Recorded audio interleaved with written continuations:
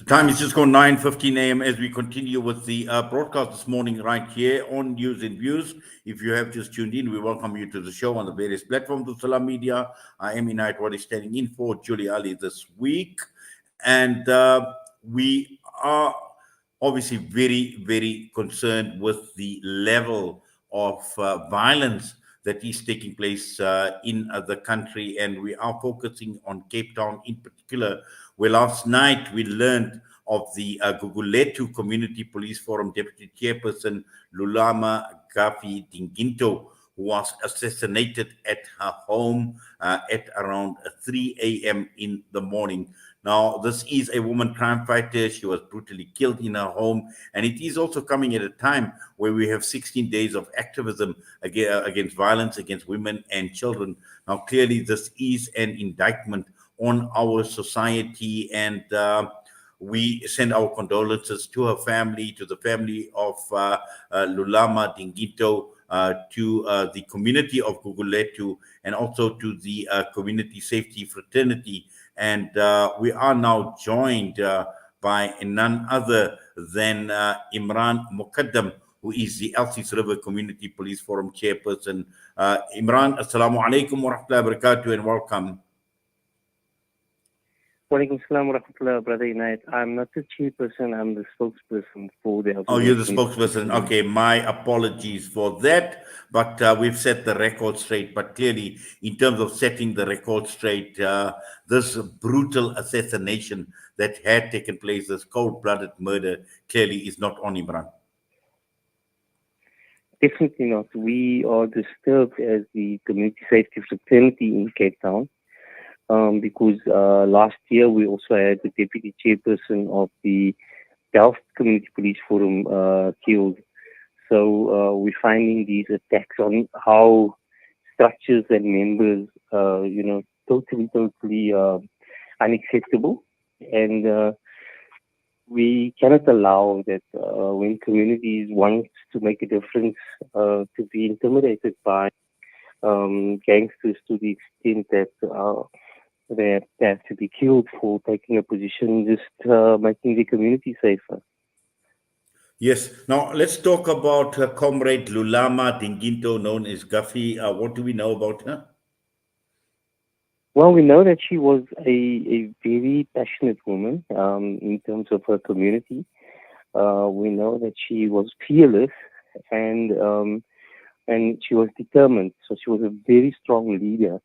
Hugely respected, also working active in the NGO sector. So she was recognized by her community as somebody that they could depend upon and that would take the fight forward in terms of ensuring that that the area is safe. And she was outspoken. She had particularly had a confrontation with the perpetrator on a few occasions because the alleged perpetrator and his gang was having a reign of terror in the Guguletu area. And from what we gather, that she was in fact threatened on Thursday and had reported this as well. So, we just sad that it had to come to this and that not enough was done, before to prevent, this casualty.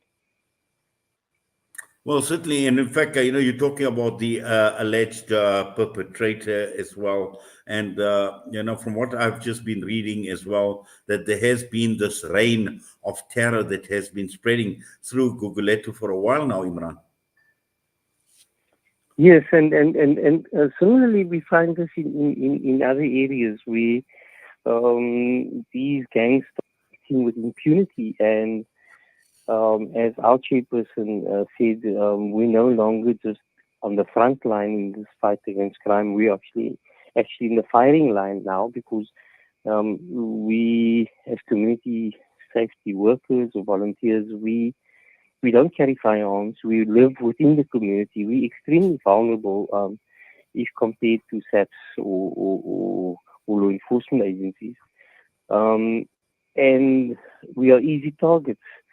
So it's very difficult. It's extremely difficult, but we're not going to give up the fight, and we are going to intensify our recruitment of neighborhood watch structures, of volunteers into our structures, and we're going to strengthen and unify the structures so that we become a united front against crime, as we should be.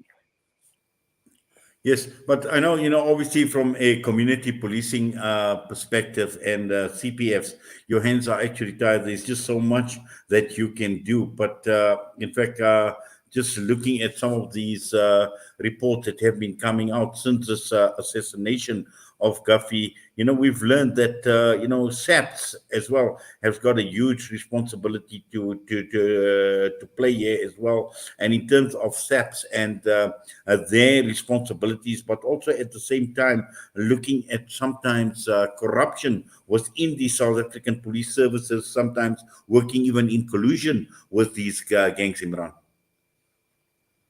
This is where the community and CPF becomes most vulnerable. Is that when we say it's partners in policing, so we are the partners, the community partners of the South African police and law enforcement agencies. But when our partner is insincere, when within the partner structure there are corrupt officials, then we are even more vulnerable, because we do pass on sensitive information. We do help in getting convictions. We do help in identifying perpetrators. And when this information gets filtered back to the crime syndicates, that is when, we are placed in harm's way. And, that is the greatest danger that we face.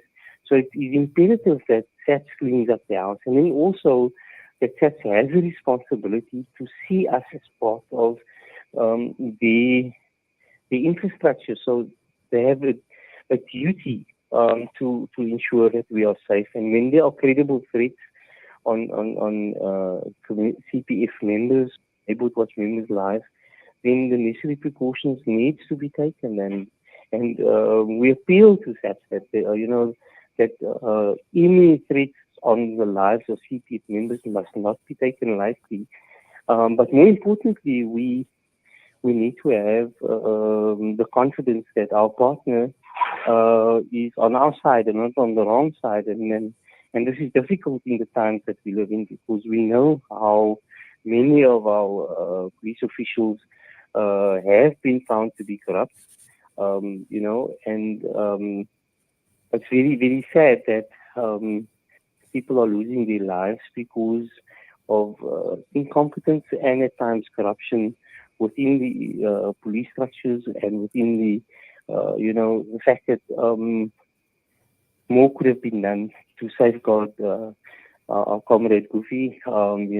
If there could have been, something could have been done to safeguard, and knowing that there were credible threats on our life. Well, certainly. And also, I think, the point that you had made earlier, that she was reportedly threatened by the suspect on Thursday. She had reported this. And you also make this point in this press release where you say that, not enough is being done to mitigate the risk and safeguard community safety volunteers such as the CPF, Imran. Yes, this is our plight. This is our plight. We're living in extremely violent communities where the criminal element is on the increase, the power bases are increasing, the capacity, the number of firearms that we're exposed to in communities like Guguletu, Elsies River, Menenberg. It's unreal that we, as community volunteers, have to be exposed to this kind of risk, and we don't want situations like seen in communities like Samora, Mashal, and Philippi East, where the CPF structures actually collapsed because of intimidation, where nobody's prepared to serve anymore because they fear for their lives, and it's just too much of a risk. And we cannot have that, because the CPFs within the Constitution and within the Police Act and within the National Development Plan, the CPF is one of the most fundamental pillars of safety within our communities. So the state has an imperative to ensure that the structure remains intact and that it's functional, but it's becoming extremely difficult. Well, clearly, this has been the case of another fallen hero, and also looking at her dedication. And I'm sure, Imran, a lot actually comes to mind when you think of her, about her passion in terms of dealing with crime, but also at the same time reading about her passion for dealing with troubled children as well. From what we know, her health wasn't good, yet she dedicated her life to actually fight crime. But she was actually failed by a number of people, including the authorities. And we know that, when it comes to community work, sometimes it's a thankless job. It's a job that you don't get paid for at the end of the day, but it's a job that needs to be recognized. Yes, most definitely. I would actually recommend that the president awards Mr. Lulama Dinginto a presidential award for bravery, because she stood up to these elements. She dedicated her life to ensure that the community is safe, and she did so much of herself, and to be so brutally, killed inside her home. They broke down her door. We were there yesterday. She's got a safety gate and a door. They broke down the safety gate. They broke down the door. They kicked in the door to get to her inside her home. This is the kind of callousness with which these criminals operate, and the fearlessness, the impunity. And we can't live in a society like this. We can't build a society. We people like Comrade Tufi have to sacrifice their lives, just for taking a position and wanting to build a better world. And it's really, really a sad day for our fraternity, the CPF structures. Personally, we had the chairperson of the National Structure at the family's home yesterday. So the whole fraternity is mourning a huge loss, because this was not somebody that was scared, and she was in the trenches every single day, making a difference. And as you said, not being paid. All of us, we're doing this voluntarily. There's absolutely no reward other than seeing the difference that we make in our community, and the dedication and the honor this comrade for a contribution, and we share the pain of the family. Yes, just looking at the community of Guguleto, I'm sure that they are shocked, they are shattered, they are devastated as well. And you were there at the home. What has the reaction of the community been, Imran? Well, enormous sadness at this tragedy. There wasn't a dry eye at the service yesterday, and it's just the amount of people that was there is an indication of the impact that she had on the community. And I'm sure in the lead up to the funeral, we will find even more people coming out, really commending her for just the person that she was, and the difference that she made in the lives of children, and the difference that she made in the life of the community. But the community of Guguletu is devastated. I'm sure they are. What sort of reaction has there been from the powers that be in the Western Cape, Imran? Well, today I haven't had any statement from the provincial commissioner, so we probably awaiting some feedback from the provincial commissioner, and we can expect the Minister of Police to be in attendance.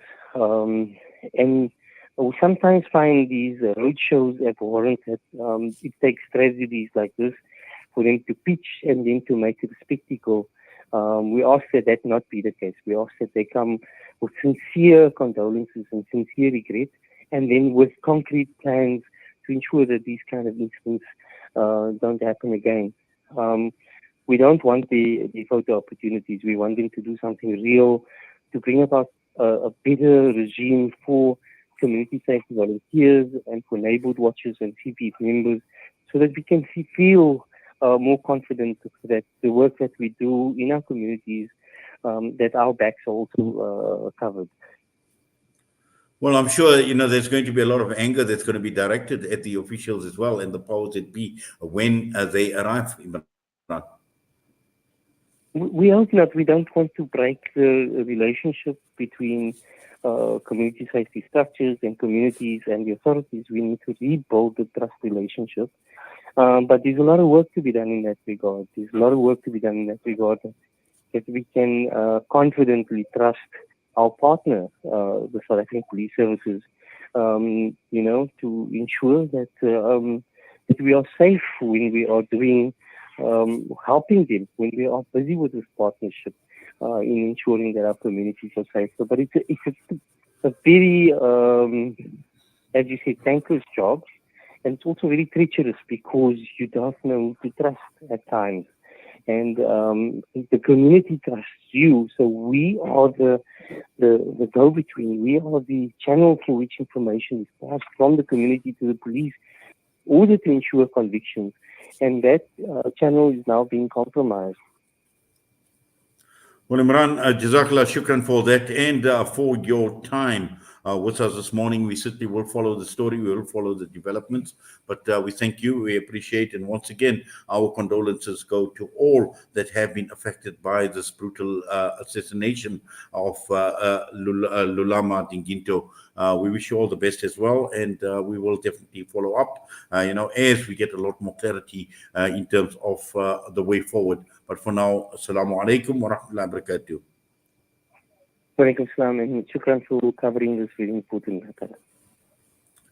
Imran Mukaddam with us this morning, and the spokesperson for the Elsies River Community Police Forum against the assassination of Guguletu CPF Deputy Chairperson Ms. Lulama Dinginto, known as Kufi as well. And clearly, it's a situation that is of major concern, that once again we find that we have these structures, we have the CPF, and we have people that volunteer and not even being paid, and to ensure the safety and security of their communities. But when they get assassinated, when they get gunned down in this most brutal, in this most horrific manner, clearly it is not acceptable. The time is just gone 9:33. We're going to go for a break. We'll be back.